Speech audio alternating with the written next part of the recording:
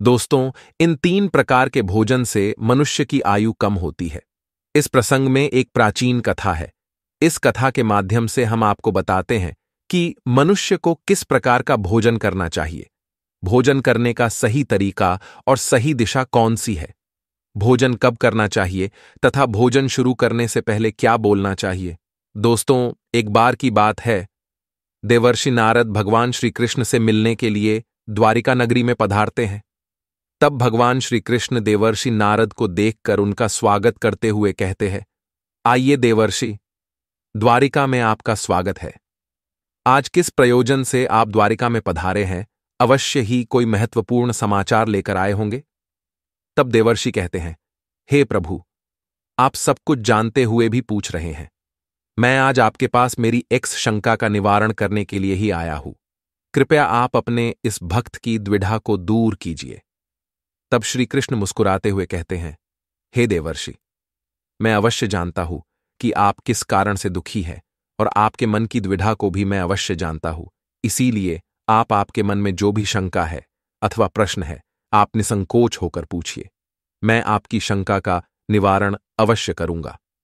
देवर्षि नारद कहते हैं, हे प्रभु, मेरे मन में आज यह जानने की इच्छा है कि मनुष्य को किस प्रकार का भोजन करना चाहिए, किस प्रकार का भोजन मनुष्य की आयु बढ़ाने वाला होता है और किस प्रकार का भोजन आयु को कम करने वाला होता है। हे प्रभु, मनुष्य को भोजन किस दिशा में मुख करके करना चाहिए, भोजन करने से पूर्व कौन सा मंत्र बोलना चाहिए, कृपा करके आप मुझे इन सभी प्रश्नों के उत्तर दीजिए। तब श्री कृष्ण कहते हैं, हे देवर्षि, आज आपने समस्त मनुष्य जाति के कल्याण के लिए बहुत ही महत्वपूर्ण प्रश्न किया है। यह बात सत्य है कि मनुष्य जिस प्रकार का भोजन करता है, उसी के अनुसार उसका स्वभाव, भाग्य और उसका अगला जन्म निर्धारित होता है। हे देवर्षि, इस विषय में एक प्राचीन इतिहास है जो मैं आपको सुनाता हूं। त्रेता युग में यह कथा महर्षि अगस्त्य ने भगवान श्री राम को सुनाई थी, इसीलिए इस कथा का महत्व बहुत अधिक है। इस प्राचीन कथा के माध्यम से आपको आपके सभी प्रश्नों के उत्तर मिल जाएंगे। इसीलिए आप इस कथा को ध्यान से पूरा अवश्य सुने और इसका प्रचार करें। जो भी इस कथा का श्रवण करता है, उसके समस्त पापों का नाश होता है और उसे सैकड़ों वर्षों तक दान करने का पुण्य मिलता है। देवर्षि कहते हैं, हे प्रभु, मैं इस कथा को अवश्य सुनना चाहता हूं। इस कथा को मैं ध्यानपूर्वक सुनूंगा और इसका प्रचार पृथ्वीलोक पर करूंगा। श्री कृष्ण कहते हैं, प्राचीन काल की बात है। उस समय एक बहुत बड़ा जंगल था। उस जंगल का आकार 100 योजन था, लेकिन उस जंगल में कोई भी पशु और पक्षी नहीं रहते थे। केवल वृक्ष और पेड़ पौधे ही थे। कोई भी पशु उस जंगल की तरफ नहीं जाता था, लेकिन उस जंगल के मध्य भाग में एक 4 कोस लंबी झील थी और केवल उसी झील में हंस, बदक तथा अन्य पशु पक्षी रहा करते थे। एक बार अगस्त्य मुनि उस झील के पास से गुजर रहे थे तो उन्हें एक बहुत ही अजीब चीज दिखाई दी। उस झील के पास एक बहुत बड़ा आश्रम था जो बहुत पुराना हो गया था, लेकिन फिर भी अत्यंत सुंदर और पवित्र दिखाई पड़ रहा था। उस आश्रम में कोई भी साधु तथा तपस्वी नहीं रहता था। वह आश्रम पूरी तरह से खाली था। अगस्त्य मुनि एक रात के लिए उस आश्रम में ठहर गए और सुबह उठकर वे उस झील के पास चले गए तो उन्हें रास्ते में एक मुर्दा अर्थात लाश पड़ी हुई दिखाई पड़ी, जो शरीर से अत्यंत बलवान और हृष्टपुष्ट था, जिसे देखकर मालूम होता था कि वह किसी तरुण पुरुष की लाश है। उस लाश को देखकर अगस्त्य मुनि सोचने लगे कि यह कौन है, इसकी मृत्यु कैसे हो गई तथा वह इस जंगल में आखिर कैसे आया होगा। उस मरे हुए आदमी के बारे में जानने की अगस्त्य मुनि को जिज्ञासा हुई। तभी अचानक आकाश में उन्हें एक दिव्य विमान दिखाई पड़ा और वह दिव्य विमान उस झील के समीप आकर रुक गया और उस विमान से एक दिव्य पुरुष उतरा और वह उस झील में नहाने के लिए चला गया। झील में नहाने के बाद वह बाहर आया और उस मुर्दे का मांस खाने लगा। उसने भर पेट उस मोटे ताजे मुर्दे का मांस खा लिया और फिर से विमान में बैठकर स्वर्ग की ओर जाने लगा। तभी अगस्त्य मुनि ने उस दिव्य पुरुष को आवाज लगाई, हे दिव्य पुरुष, तुम कौन हो? तुम देवताओं के समान दिखाई पड़ते हो, किंतु तुम्हारा भोजन बहुत घृणित है। तुम मुर्दे का मांस क्यों खा रहे हो? ऐसा भोजन भला कोई देवता कैसे कर सकता है? फिर उस स्वर्गवासी दिव्य पुरुष ने अगस्त्य मुनि की तरफ देखा और उन्हें हाथ जोड़कर प्रणाम करके कहने लगा, हे विप्रवर, आपको प्रणाम है। मैं आपको मेरी कहानी सुनाता हूं। पूर्व काल की बात है। विदर्भ देश में मेरे महायशस्वी पिता राज्य करते थे।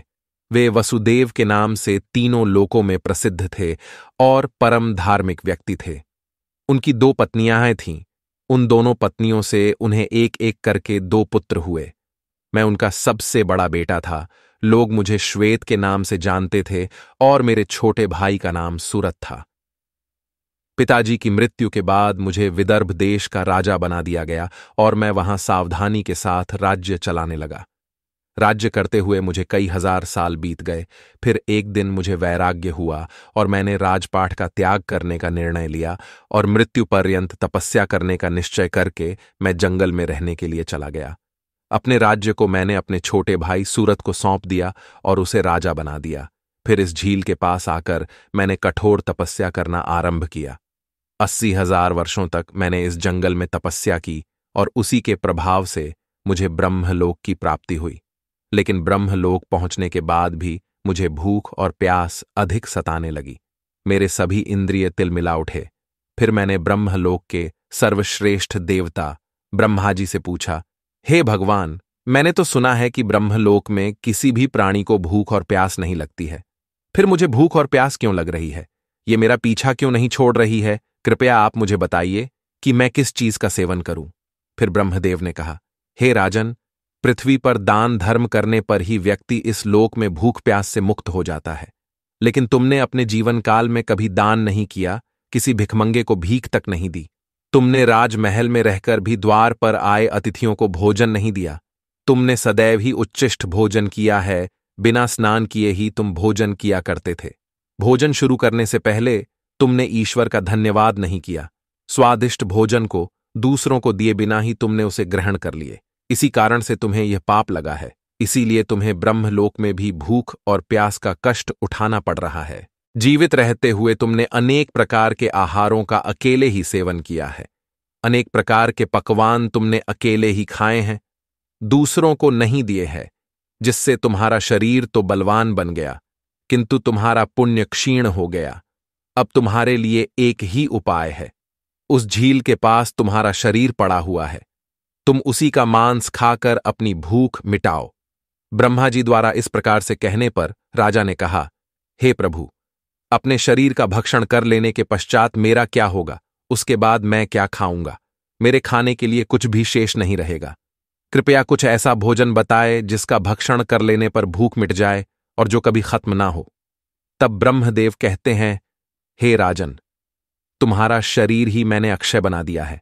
उसे तुम रोज खाओगे फिर भी यह समाप्त नहीं होगा। वह दूसरे दिन फिर से ताजा हो जाएगा। इस मृत शरीर के अंग फिर से उग आएंगे और उन्हें तुम फिर खा सकोगे। और जब तुम अपने शरीर का मांस खाते हुए 100 वर्ष बीत जाएंगे, उसके बाद तुम्हारे इसी जंगल में एक दिन महर्षि अगस्त्य पधारेंगे और उन्हीं के द्वारा तुम इस पाप से मुक्ति पा सकोगे। इस प्रकार से राजा ने सारी हकीकत महर्षि अगस्त्य को बता दी और कहने लगे, हे विप्रवर, मेरा शरीर कभी नष्ट नहीं होता है और मैं रोज आकर अपने शरीर का मांस खाता हूं। न जाने कब मुनि अगस्त्य यहां पर पधारेंगे और मुझे इस कष्ट से मुक्ति दिलाएंगे। ऐसा सोचते हुए मुझे 100 वर्ष बीत चुके हैं और मैं आज भी उनकी राह देख रहा हूं।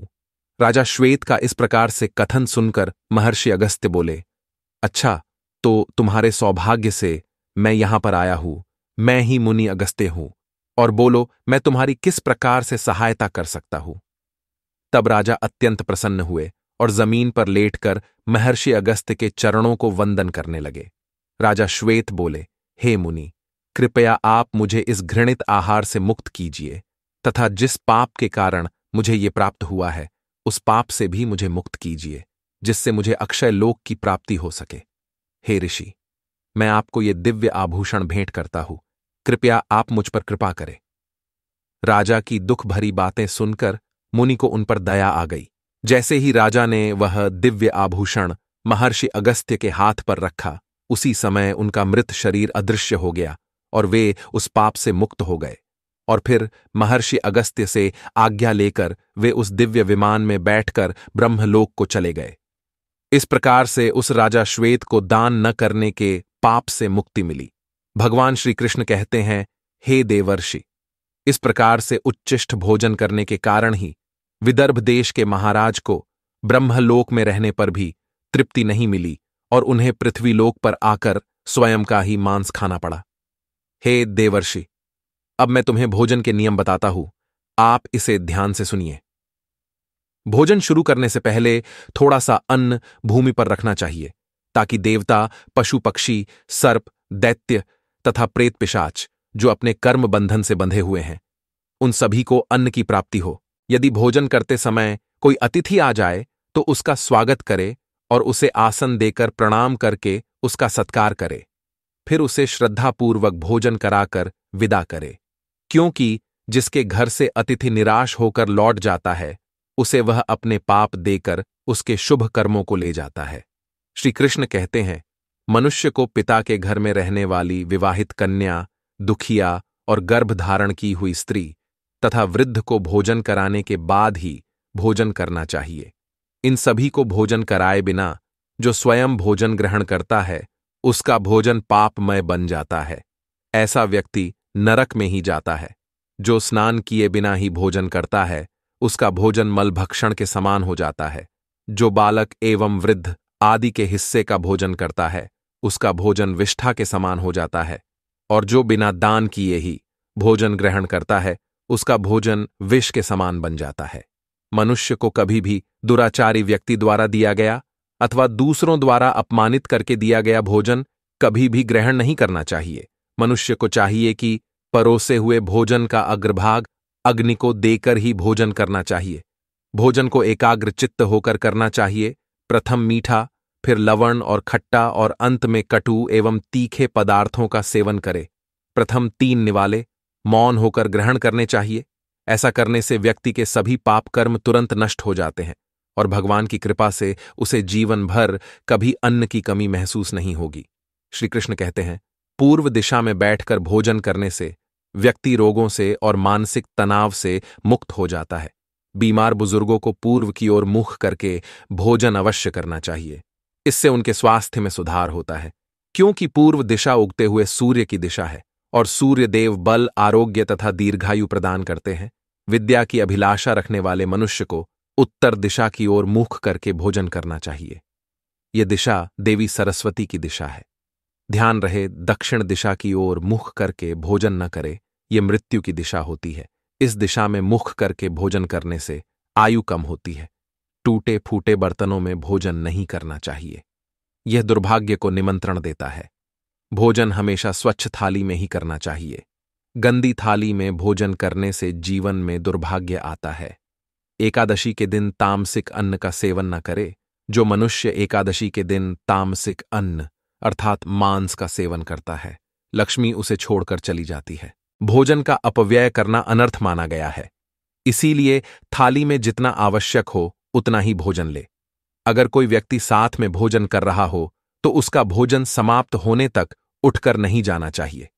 इससे पितृदेव नाराज हो जाते हैं। भोजन के बाद थाली में हाथ धोना अनुचित माना गया है। थाली में हाथ धोने से अन्न का अपमान होता है। भोजन के बाद थाली में हाथ धोने वाले लोग नीच योनि में जन्म लेते हैं। सबसे महत्वपूर्ण बात ध्यान रहे कि व्यक्ति को बिस्तर पर बैठकर कतई भोजन नहीं करना चाहिए। ऐसा करने से व्यक्ति कई प्रकार के रोगों से ग्रसित हो सकता है। भोजन केवल जमीन पर आसन बिछाकर उस पर बैठकर ही करना चाहिए। भोजन करते समय दिशाओं का ध्यान रखना बहुत ही आवश्यक होता है।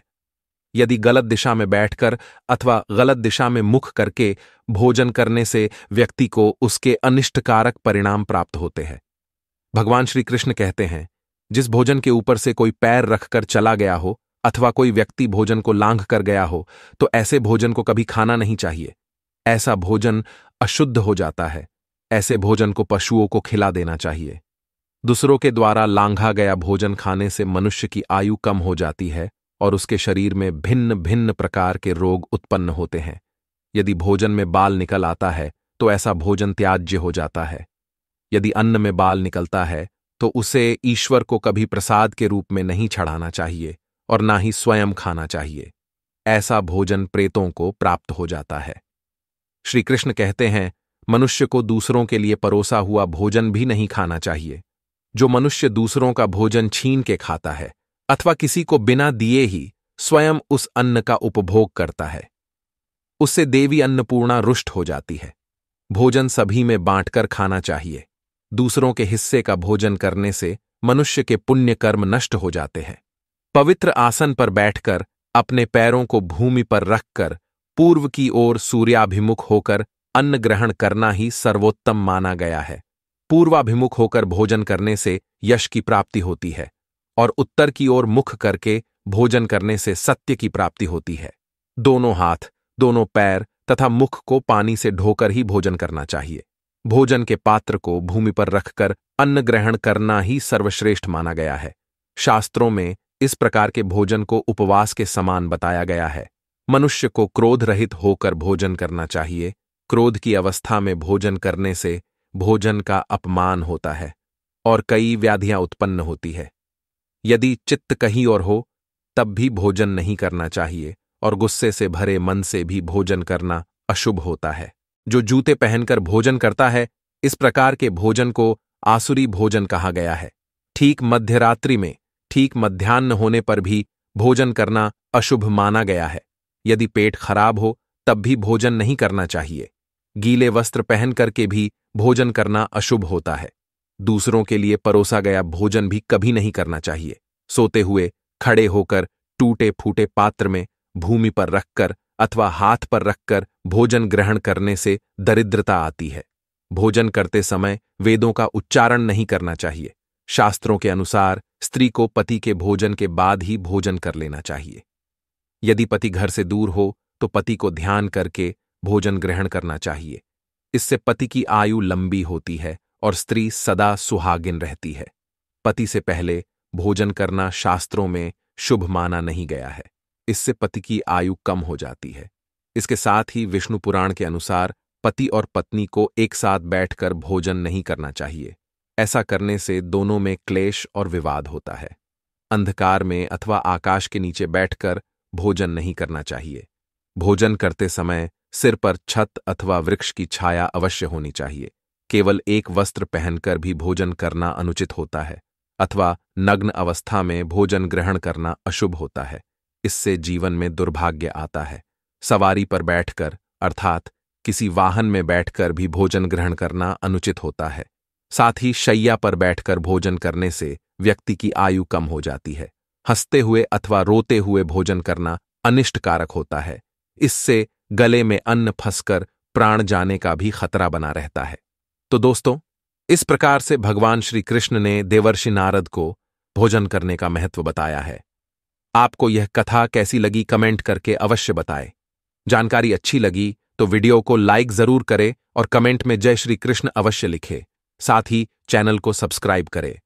आप सभी का धन्यवाद।